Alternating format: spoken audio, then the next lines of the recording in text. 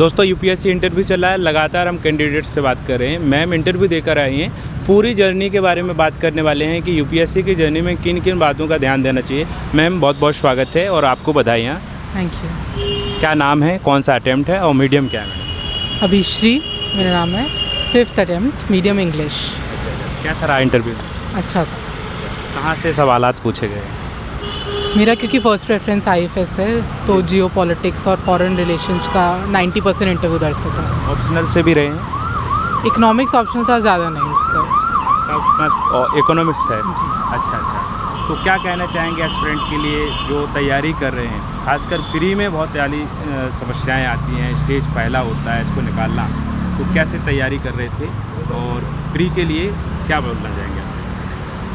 Prelims के लिए mainly जो न्यूज़पेपर से नोट्स और जो स्टैटिक बुक्स हैं NCERTs, उनकी मल्टीपल रिविजन्स, सोर्सेज लिमिटेड रखना जी। और प्रीलिम्स के लिए तो जितनी बार रिवीजन और मॉक टेस्ट जितने कोचिंग के कर सकें। अच्छा। तो आप PYQ कितने सालों के लगाना चाहिए, प्री के लिए भी मेंस के लिए भी? क्या तरीका होना चाहिए लगाने का? क्या PYQs मेंस के लिए और प्रीलिम्स दोनों के लिए इम्पॉर्टेंट है। जी। लास्ट 10 ईयर्स के एटलीस्ट। प्रीलिम्स के लिए तो क्योंकि काफ़ी रिपीटेड थीम्स में भी क्वेश्चंस आते हैं, जी। तो लास्ट 10 ईयर्स के तो प्रीलिम और मेन दोनों के लिए। एनालिसिस कैसे करते थे मैडम PYQ को? जो भी कोचिंग के मॉडल आंसर्स थे और हर टॉपिक जो थीम था PYQ का, उसको गूगल पे डाल के और जितने भी न्यूज़पेपर आर्टिकल्स उस पर आते थे उसके खुद के नोट्स बनाए। जी, ऐसा करते थे। जी। अच्छा, CSET के लिए कैसे तैयार किया आपने?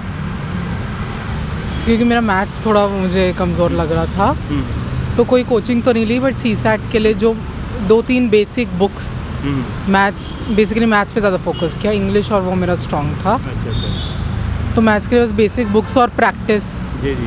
हाँ, और उसके थोड़े मॉक टेस्ट करने। अच्छा, बहुत सारे छात्र ऐसे होते हैं जो मैथ के बिना CSET को सोचते हैं कर लें। क्या संभव है ऐसा कि मैथ के बिना भी CSET निकाला जा सकता है? नहीं, क्योंकि इंग्लिश के सिर्फ 27 क्वेश्चन होते हैं, उसमें भी कॉम्प्रीहेंशन इतना डाइसी आ रहा है कि अगर उसमें इंटरप्रिटेशन गलत हो गई तो इंग्लिश के भी गलत लेके चलो थोड़े 4-5 मान के, तो मैथ्स तो इम्पॉर्टेंट है ही, वो तो करना ही है। अपनी ओर से क्या कहना चाहेंगे CSET के लिए? क्या कोई बुक्स मटेरियल या कोई रिसोर्स आप बताना चाहें कि ऐसे करिए तो CSET में प्रॉब्लम नहीं होगी? कोई भी बुक्स जो मार्केट में मैथ्स के लिए स्पेसिफिकली, डेटा एनालिसिस, क्वालिटेटिव, उसके लिए जी। कोई भी बुक लेके उसमें से जितने क्वेश्चंस प्रैक्टिस कर सके रोज़ के 1 घंटे 2 घंटे। अच्छा, क्या PYQ अहम रोल कर सकते हैं इसमें CSET में? PYQ केवल PYQ लगाएंगे, उसको करेंगे सॉल्व तो हो जाएगा ऐसा? हाँ, PYQ से एक जनरल आइडिया मिल जाता है किस तरह के क्वेश्चंस आए थे मैथ्स में स्पेसिफिकली, बट उसके अलावा मॉक टेस्ट भी करने चाहिए। अच्छा।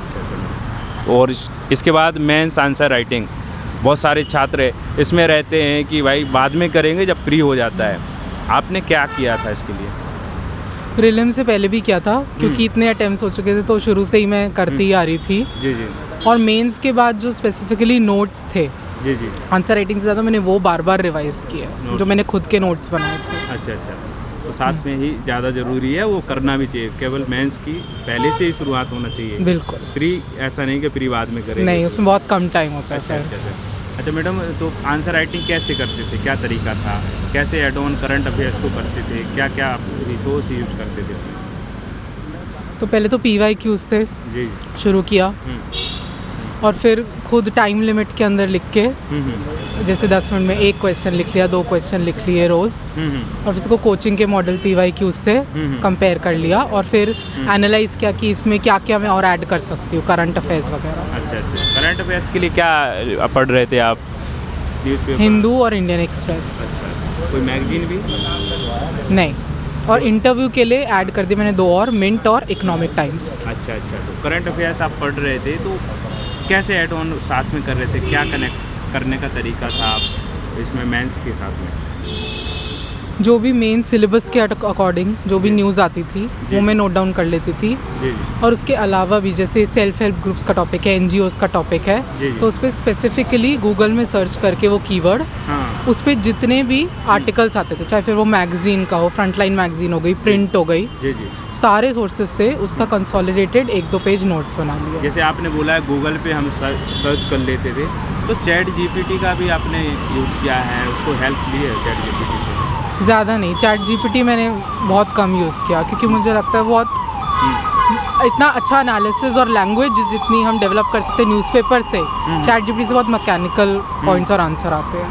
अच्छा। और उनके लिए क्या कहेंगे जो अगली जो 2025-26 वाला प्री का तैयारी कर रहे हैं छात्र, क्या करना चाहिए अब खासकर उन चीज़ अभी इस समय? करंट अफेयर्स के शॉर्ट नोट्स बनाते रहो, स्पेशली हिंदू में जो एनवायरनमेंट और साइंस एंड टेक का सेक्शन आता है उधर से बहुत क्वेश्चंस आते हैं प्रीलिम्स में स्पेसिफिकली। अच्छा। तो वो मैंने बहुत अच्छे से किया था, हिंदू में जो एनवायरनमेंट और साइंस एंड टेक का सेक्शन था। अच्छा, एनसीईआरटी का भी डाउट रहता है छात्रों का, छोड़ें या पढ़ें, क्या करें? नहीं, एनसीईआरटीज़ तो बहुत इंपॉर्टेंट है ज्योग्राफी के लिए, हिस्ट्री के लिए। 6 से 12 तक मैंने सारी एनसीईआरटीज़ और मल्टीपल रिविजन्स उन लिमिटेड सोर्सेज के किए। अच्छा। तो उनको केवल पढ़ा है कि उनको नोट्स, उनके नोट्स भी बनाए थे आपने? नहीं, प्रीलिम्स के लिए एनसीईआरटी बुक्स के नोट्स नहीं बनाए, केवल पढ़ाई की जी। अच्छा, तो कौन से सब्जेक्ट के लिए ज़्यादा ज़रूरी है एनसीईआरटी? हिस्ट्री 6 to 12 स्पेसिफिकली, जी। ज्योग्राफी के लिए 11th और 12th की, जी। और पॉलिटी के लिए नहीं, एनसीईआरटी ज़्यादा नहीं है, लक्ष्मीकांत ही करी थी। इकोनॉमिक्स की मेरा बैकग्राउंड था तो मैंने एनसीईआरटी नहीं करी थी, पर बेसिक कॉन्सेप्ट समझने के लिए मैक्रो और माइक्रो के करनी चाहिए। अच्छा, सेल्फ स्टडी करते हैं तो बहुत सारे छात्र कोचिंग नहीं लेते हैं, तो क्या ध्यान देना चाहिए इसमें भी, क्योंकि खुद पढ़ना है तो बहुत सारी चीज़ों को ध्यान देना पड़ता है। देखिए, इतना मटेरियल है जो मार्केट में, कोचिंग का आप मटेरियल ले लीजिए और उसको खुद से आप पढ़ सकते हैं, बस डिसिप्लिन रहिए तो खुद से भी किया जा सकता है। अच्छा, ऐसे और एथिक्स के लिए क्या कर रहे थे, कैसे कर रहे थे? ऐसे के लिए प्रीवियस ईयर जो टॉपिक्स थे और कुछ टॉपर कॉपीज से ऐसे पढ़े। एथिक्स के लिए कोचिंग का जो मटेरियल था जी। और यूट्यूब पे जो वीडियोस थी कीवर्ड्स और एग्जांपल्स की, वो देखी। अच्छा। क्या मैसेज देना चाहेंगी सभी छात्रों के लिए, क्या बोलना चाहेंगी जो तैयारी कर रहे हैं? प्रीलिम्स तो कॉन्फिडेंस टेस्ट है क्योंकि इतने रैंडम क्वेश्चंस आते हैं। काम रह के जब भी मैंने दिया है तो मेरा 4 बार प्रीलिम्स जैसे क्लियर हुआ, तो फिर गेस थोड़ा बहुत करना चाहिए। 90 से ऊपर क्वेश्चंस अटेम्प्ट कीजिए, जो उतनी प्रोबेबिलिटी बढ़ती है जितने क्वेश्चंस कर सकते हैं अटेम्प्ट, और काम रह के कॉन्फिडेंस प्रीलिम्स के लिए। तो पहली बार में भी प्री हुआ था? पहली बार नहीं, बाकी टाइम्स। बाकी बार क्या कमी थी ऐसी कि प्री नहीं हुआ था, और फिर क्या सुधार किया उसमें? पहली बार तो मैंने बहुत ही कम सोर्सेज पढ़े थे, इकोनॉमिक्स मतलब बेसिक्स नहीं पढ़े थे, सिर्फ करंट अफेयर की मैगजीन पढ़ के चली गई थी। जी।